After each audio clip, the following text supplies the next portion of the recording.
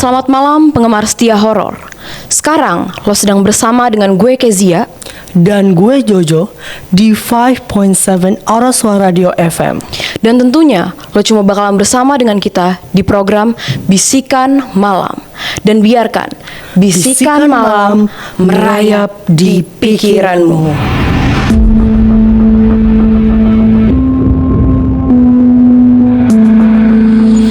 Oke Jo, hari ini kita bakalan menceritakan tentang kisah apa nih Jo? Jadi gini sih, lo pernah ngebayangin gak sih kalau ternyata tempat yang kelihatannya ramai dan damai itu ternyata ada sesosok yang gak bisa kita bayangkan. Semisalnya hantu.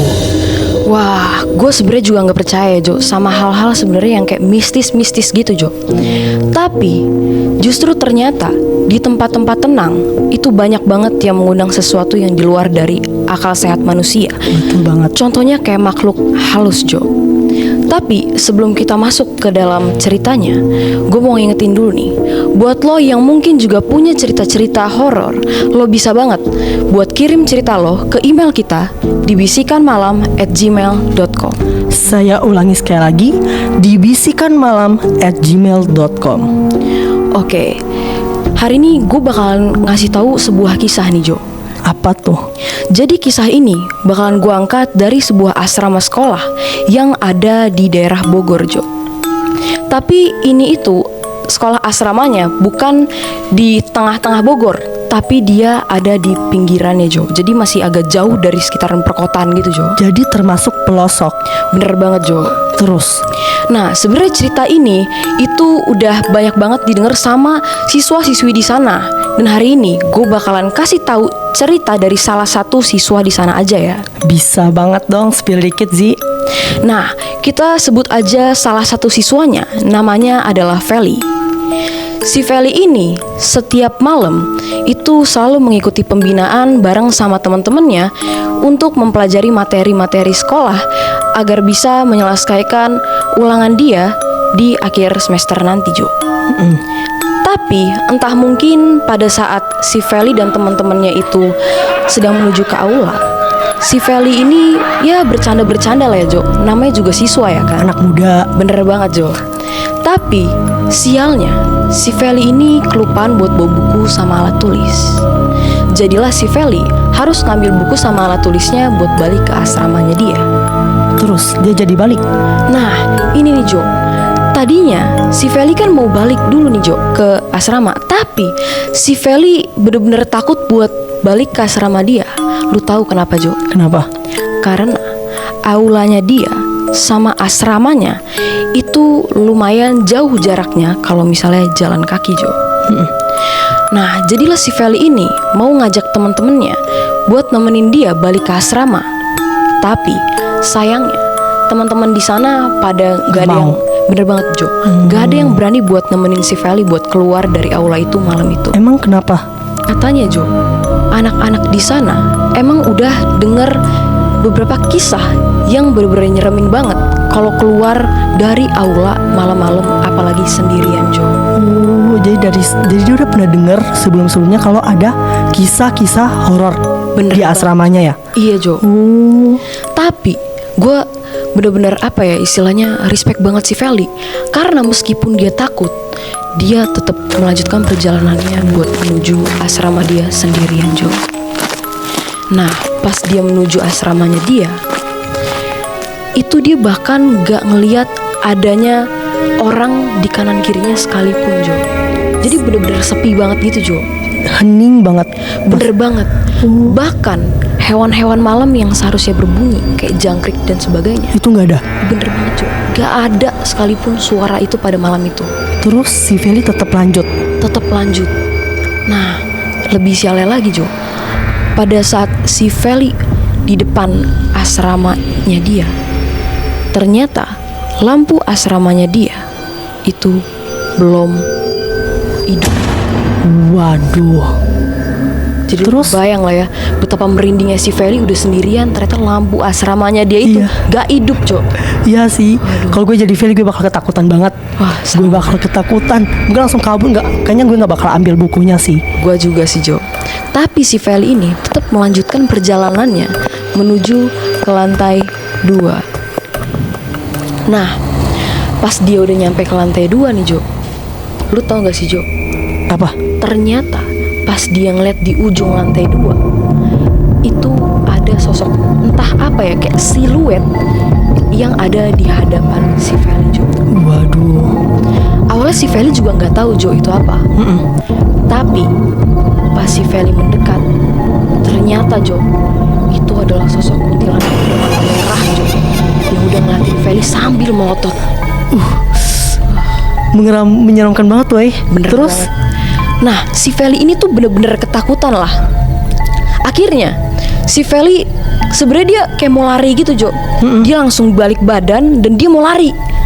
Tapi Jo, pada saat langkah dia yang ketiga, ternyata kaki si Feli itu gak bisa gerak sama sekali Jo. sial banget ya. Bener banget Jo. Gue nggak tahu ya, entah mungkin itu pengaruh fisiknya dia atau emang karena pengaruh dari kuntilanak itu. Atau mungkin saking dia shocknya gak sih? Iya mungkin banget ya Jo ya. Nah tapi Jo, ada yang lebih gong lagi yang bener-bener bikin si Feli ini ketakutan setengah mati. Kenapa tuh? Pada saat si Feli nge-freeze, si Feli tuh merasa ada tetesan kayak apa ya, entah tetesan yang jatuh ke kepalanya gitu Jo. Dan pas dia sentuh Jo, itu adalah cairan yang bener-bener lengket. Dan pas dicium itu bau banget Jo. Emang bau apa? Kayak bau darah, bau anyir nyampur jadi satu gitu loh. Dan pas si Feli ngeliat ke atas, itu ternyata adalah sosok pocong yang udah nganga lebar Jo di atasnya Feli. Beneran si Feli bener-bener sial sih. Waktu itu udah lihat kuntilanak, terus lihat pocong. Nah gue juga bener-bener, wah gue kalau jadi Feli juga pengen ganti asrama sih Jo. Betul. Kayak kalau kita jadi dia langsung cabut yuk. Bener banget sih itu Jo. Terus si Feli gimana? Nah si Feli Jo setelah kejadian itu, dia bener-bener kayak berdoa lah. Berdoa bener-bener dalam hatinya dia, biar seluruh, istilahnya seluruh makhluk yang ada di hadapannya dia itu bisa hilang Jo. Tapi Jo, mungkin the power of God ya. The power of God. Bener banget Jo. Kenapa tuh? 3-5 menit kemudian, lampu asramanya dia itu nyala Jo. Langsung hilang. Iya. Langsung hilang. Iya Jo, langsung hilang. Kaget gak sih Jo? The power of God. Bener banget. Keren Itu banget. the power of God tuh. Nah setelah itu si Feli bener-bener langsung ke asramanya dia, kayak ke kamarnya dia lah yang bener-bener ada di lantai 2. Dia cari-cari barangnya, terus dia bener-bener langsung lari ke asramanya. Dan lo tau apa? Semenjak itu si Feli bener-bener Trauma ya. bener banget Jo. Dia dia nggak berani kemana-mana sendirian lagi.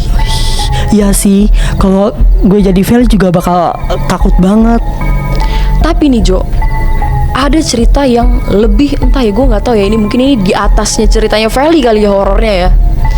Dan kita bakalan kedatangan orangnya langsung nih Jo. Gak sabar. Pasti menyeramkan gak sih ceritanya? Bener banget nih Jo. Jadi narasumber yang bakalan kita undang itu adalah kakak kelasnya langsung dari si Feli. Jadi gak sabar banget nih gue cerita. Denger banget. Denger aduh. Jadi buat lo tetap stay tune di 5.7 Auros Radio FM.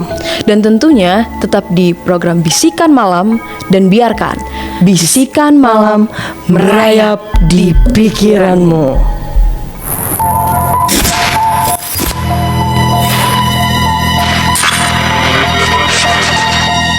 Jalan-jalan kalau Pak Gedi. Cakep, Lihat kampus keren bisa bikin hati tenang. cakep. Mau kuliah di tempat yang bisa bikin kamu growing. Coba lirik ini kakaknya, dijamin bisa berkembang. Cari kampus berkualitas yang mendukung minat dan bakat kamu dengan fasilitas lengkap, dosen profesional, dan lingkungan kampus yang nyaman. Di sini kamu nggak cuma kuliah, tapi dikembangkan jadi pribadi siap kerja dan berkarakter. Yuk daftar sekarang di Institut Bisnis dan Informatika Kui Kian Gi, tempat tumbuh dan berprestasi.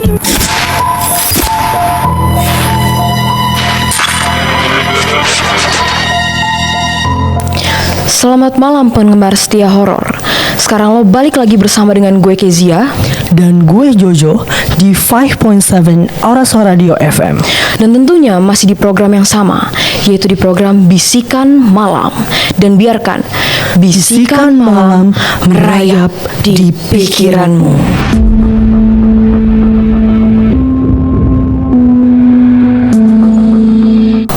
Seperti yang tadi gue udah bilang, kalau misalnya kita bakalan ngundang kakak kelas langsung dari Feli.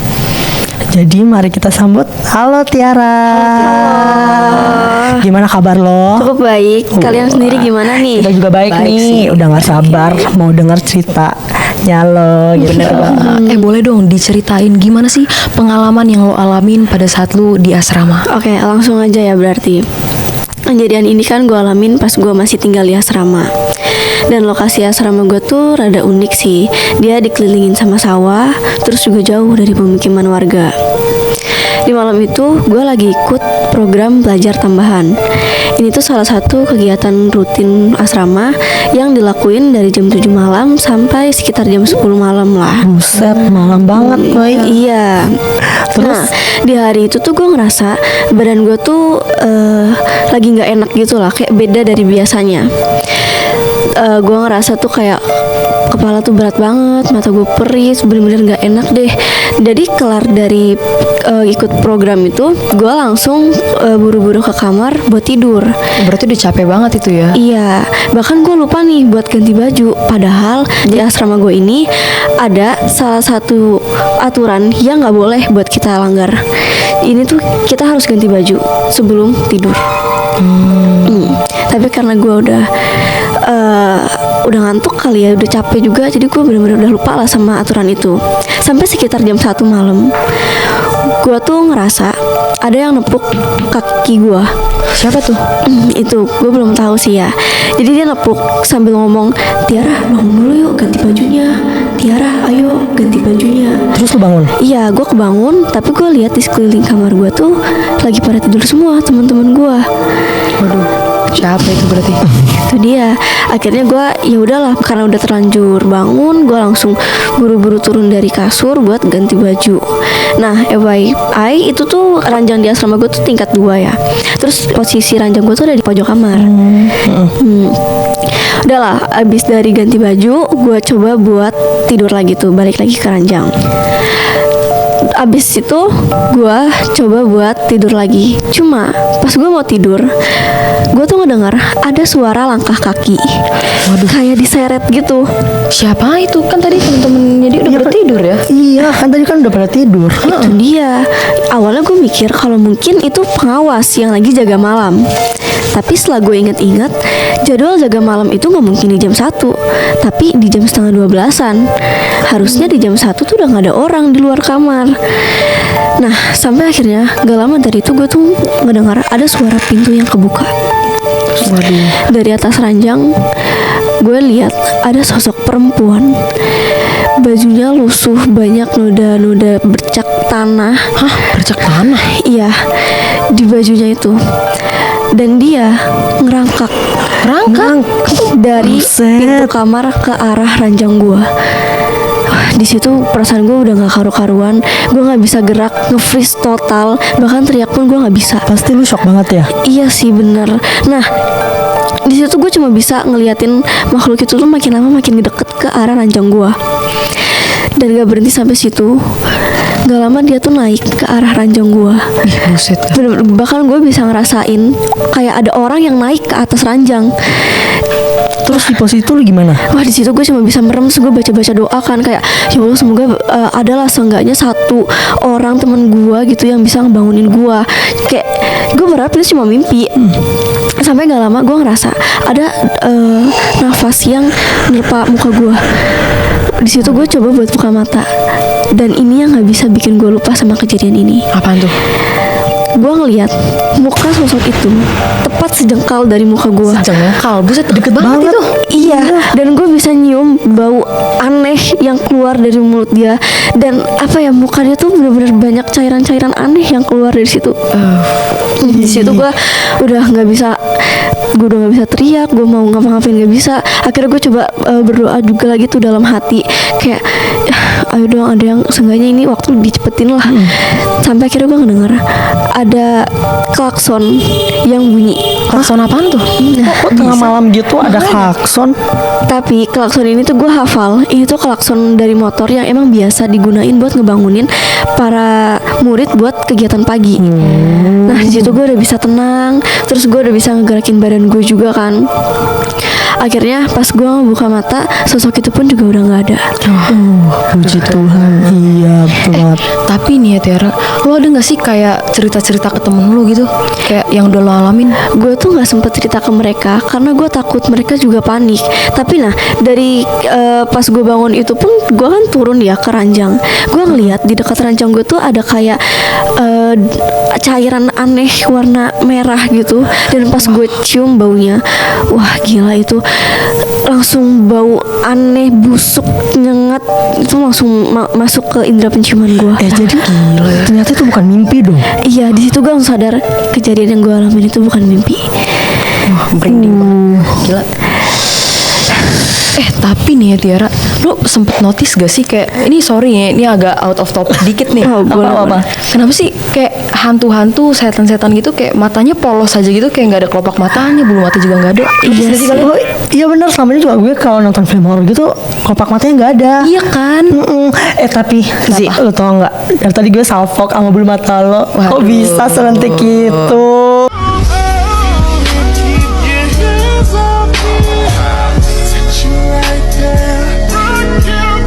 Bisa dong. Perawatan, operasi. Enggak dong, nggak Terus? nyampe lah. Masa gue sampai begituan? Terus tuh pakai apa itu? Kok bisa lentik banget? Gue kasih produk jitu dari gue. Apa tuh? Spill. Untung gue lagi bawa nih. Nih.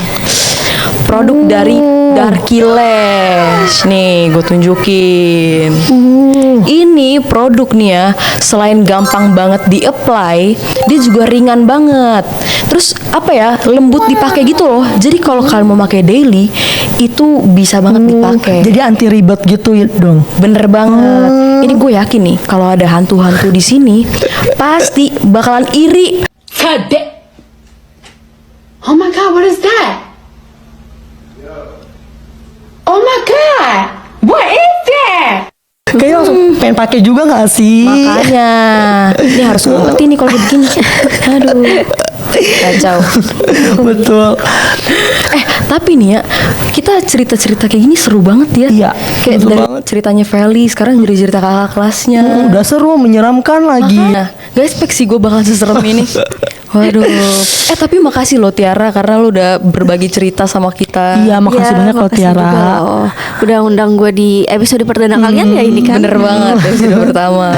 Tapi sebelum closing nih, bisa nggak sih lu kayak kasih pesan gitu pada pendengar setia kita? Mengalami kejadian itu karena gue ngelanggar aturan ya. Jadi mungkin buat kalian dimanapun tempat kalian berada, tetap taati setiap aturan yang ada di tempat tersebut. Karena gue juga awalnya nganggap sepele peraturan itu. Gue mikirnya itu mungkin peraturan yang dibikin biar kita taat aja.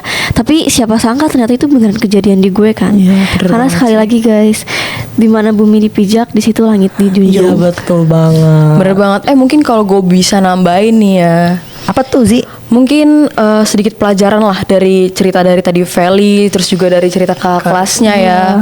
Mungkin bisa lebih mengandalkan Tuhan di segala situasi gitu. Iya bener banget sih itu.